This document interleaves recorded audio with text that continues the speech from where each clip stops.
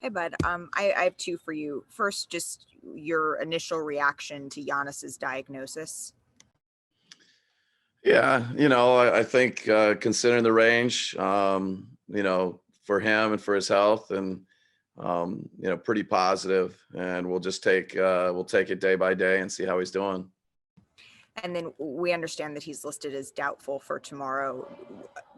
Doubtful isn't out. What's sort of the things that you guys are looking for in order to make that final decision one way or the other for Game 5? Yeah, I mean, I think it's mostly probably we should have our medical director come and speak to you. You guys got the coach to talk to you. So, I think it's a lot of this is happening in real time, and I think it'd just be best to leave it at he's questionable, and Giannis is going to do everything he can to be available, and we're going to put his health and safety first, and together make good decisions. We'll happily take the medical director, but thanks, Yeah, bud. I'm guessing he's running to the car and unavailable. Eric Name. Hey, bud. We've all seen some falls in our years in the league. That is one of the nastier ones I think I've seen. Just how relieved were you that ultimately you don't have like a torn ACL or, like a torn MCL or whatever it might be, like something torn in that knee when that fall was just kind of like so violent? Yeah, I think that's why when you talk about the range of possibilities, I think where this has landed, has to be looked at as a positive. It's still a really difficult fall. A lot of what you just described, worried for both players, for Capella, and obviously Giannis both. So, yeah, it's I guess part of sport. It's part of the playoffs, and we'll manage it, and both from a Giannis perspective, from a team's perspective, and we just got to keep moving, get ready for Game 5. You mentioned it last night. Giannis does not ever want to stay off the floor. He wants to play at all times. You guys went through this last year, obviously, in having him sit out of Game 5 against the Heat. But how do you try to, I guess in this way, you're going to have to protect him from himself in some ways, at least possibly going down this decision-making tree? Yeah, I mean, I think the good thing for Giannis, he's such a smart guy.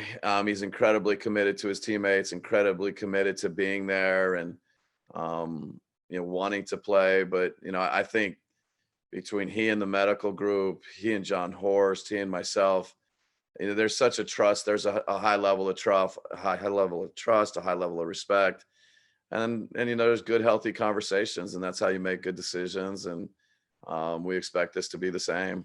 Not easy, but the same. Right. For you guys, just what is it that you focus on in a game without him? Like, say you don't have him tomorrow, he's doubtful, you don't have him. What are the kind of things that you circle and say, like, hey, this is what we have to do well if we're going to win without Giannis on the floor? Yeah, hopefully there's a way that we play both with Giannis, without Giannis. We talk about ball movement and people movement and playing free, and playing organically, and those things probably become even more important. And guys are, we got a lot of talent, and so I think just let the guys play, put them in a comfort level, put them in a comfortable spot, and let them go play basketball. Not overcomplicate it. We've played games without Giannis, without Chris, without Drew, without whoever it may be. And so you just hopefully you have a structure and a system, where you can function at a high level on both ends of the court, no matter who's playing. Chris's usage is pretty high, pretty much across the board, whether Giannis is in or out. But it feels like Drew is the one that sees that jump. Like when Giannis is out, that it's going to be some more of Drew with the ball in his hands. Just what do you want to see from him with that added responsibility? Yeah, he's just got to make good decisions. Play good basketball. He may have to score, but I think when he penetrates and gets to the paint, good things happen for the team. Good things happen for him. He's And game one, I think he had 33 and, a bunch of assists, and he's very, very capable. So I think that's the thing that gives you a lot of confidence is, a lot of really good players, a lot of guys that, have confidence and a skill set, that can just be themselves. Steve McGarkey. I just first wanted to clarify. I think you had said he's questionable earlier in this conversation. The release says doubtful. He's doubtful for tomorrow's game. Is that correct? Or is there? Definitely do not trust the coach. Whatever the release said is what it is. Doubtful. And also just the last two games, y'all have kind of gotten off to a slow start, have had to come back. Game three, you were able to. Game four, not so much. Just how important, what do you think's kind of caused those slow starts, and just how much more critical is it going to be going game five, not to dig yourself into that deep a hole when there's a likelihood that you won't have Giannis with you? Yeah, no, I mean, but it's interesting because you see games go every direction. You start poorly and you win. You start well and you give up a big lead. So many different things can happen. So unequivocally, we'd like to start well. We'd like to play well out of the gate. You really need to play well for 48 minutes in a playoff game, but I don't think you can overreact to either. I think the crowd being at home and having the energy and the excitement and, the way our crowd gets into it, the way they support us, I think the way they're going to be behind us, is going to be helpful. We're excited to be coming home for a game five and getting the crowd into it, getting the crowd rocking, and go play, have some fun, play some basketball. Jim Ozarski. You mentioned you've played games without Giannis. I think at the time, depending on the matchup, it was Bobby or Pat kind of. But in the playoffs, your bench obviously is much shorter. At that time, you also had Dante. Have you decided, I guess, on that? Is it still really just the moment of, because your opponent's not going to change like it was in the regular season? Like, or will it go up to game time, or do you kind of have an idea that it might just be Bobby because he's a big and Giannis has been a big, that type of thing? Yeah, no, I mean, we're beating it up, talking about it as a coaching staff and there's different directions you can go and then how it impacts you throughout, managing the 48 minutes. So, at some point you got to pull the trigger and make a decision. And, we'll probably do that. And then we'll probably tell you we don't know who we're playing and starting and all that. And then, a tip off or whenever you guys will get it. And it's kind of the normal routine. Right. Is there some, we asked kind of the players about this. Is there some benefit to have gone through 9 games without him earlier? That I know PJ's, I guess, the new person. So for Pat and Bobby and Bryn, they've sort of lived this to a degree. I don't know. Can you draw on that at all? Or is it just completely different because it's the stage and the rotations have changed?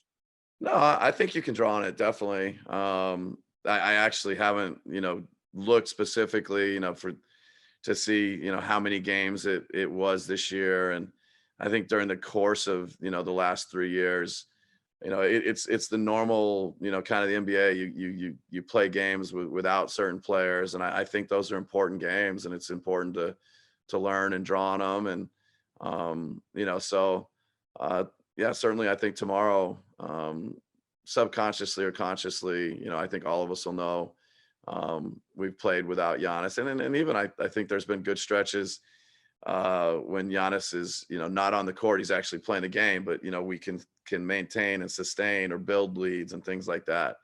So, all that I think you draw on. Zora Stevenson. Hey, coach, previously, whether it's Giannis or another person is out, you talk about like not overcompensating and people just playing their games, not trying to make up for whoever is out. How do you communicate that in this situation, or is there just a general understanding of these are our principles?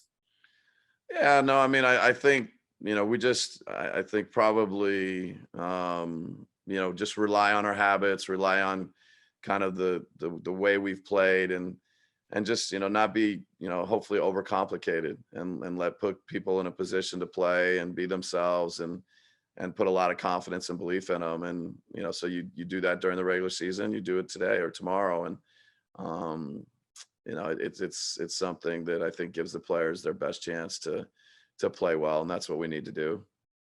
I know you don't like to speak for other people or speak for the players or anything like that, but what's your general consensus of the rest of the team right now, and how they're doing? And, you know, there's two things, like you're worried about your teammate, but you also have to worry about the game. Where's everybody with that? Yeah, you know, I think there's a level of understanding of that, and of preparation, the mental preparation, emotional and things like that. And so, you know, it's a veteran group. It's really a, you know, a very highly intelligent group, and a competitive group that I think embraces every opportunity they get. And all those things will serve them well. Stephen Watson. Hey, Coach. Building off of that, I know that you probably can't speak for Giannis and kind of the emotions that he's felt over the last 24 hours, but what have you observed about maybe how he was feeling last night to receiving the news today? And have you had an opportunity to speak with him? Is he relieved to know that he might have an opportunity to play in the postseason again?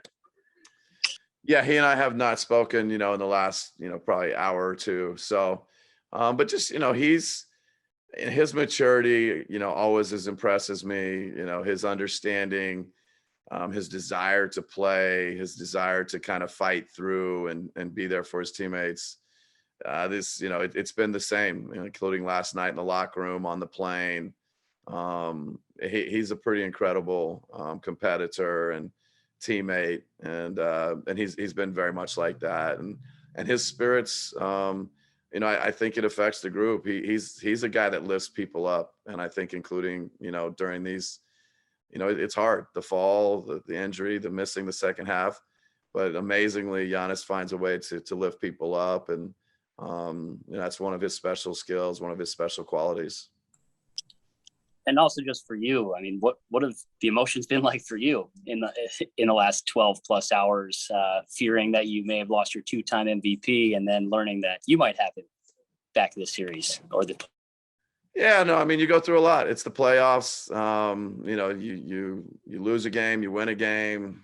So many things happen throughout the course of a 7-game series, round to round, all those things. And, you know, it's, I don't want to say it's the norm, but you know, the ride is part of what makes it sweet. So, you know, and you get excited about figuring out how to help your group and just put them in a good spot, and go out and play and compete. All right, time for one more to Steve Ashburner. Hi, Mike. I know what you were saying about guys sticking to their habits and knowing their roles, but in circumstances like this, how helpful to the cause and maybe how helpful to teammates would it be for someone to say, hey, I got this, and step up in a way maybe that we wouldn't expect? Not that you would ever like tap someone on the head and say, you got to do it, but would you expect that someone would try to do that and it might not be a bad thing in this circumstance? You know, I respect the question, understand the question, and you know, sometimes I would just put this in the context of leadership. There's so many different ways to lead, and I think there's a perception that you do it this one way, and in this case, you know, for somebody to step up and say, I got this, and do it, it may sound good, and it may happen, but I think your actions are most important. You know, how you handle yourself, you know, tomorrow morning, and preparing and getting ready for the game. And we just need our guys to prepare, get ready to play, and go play. If somebody feels the need to lead and to speak, they will. But you know, there's lots of different ways guys can step up and be prepared and be ready, and you know, fully expect all of them will. Do you have a sense that your players particularly look to you and your coaches in this sort of situation to, hey, give us some things we can hang our hats on?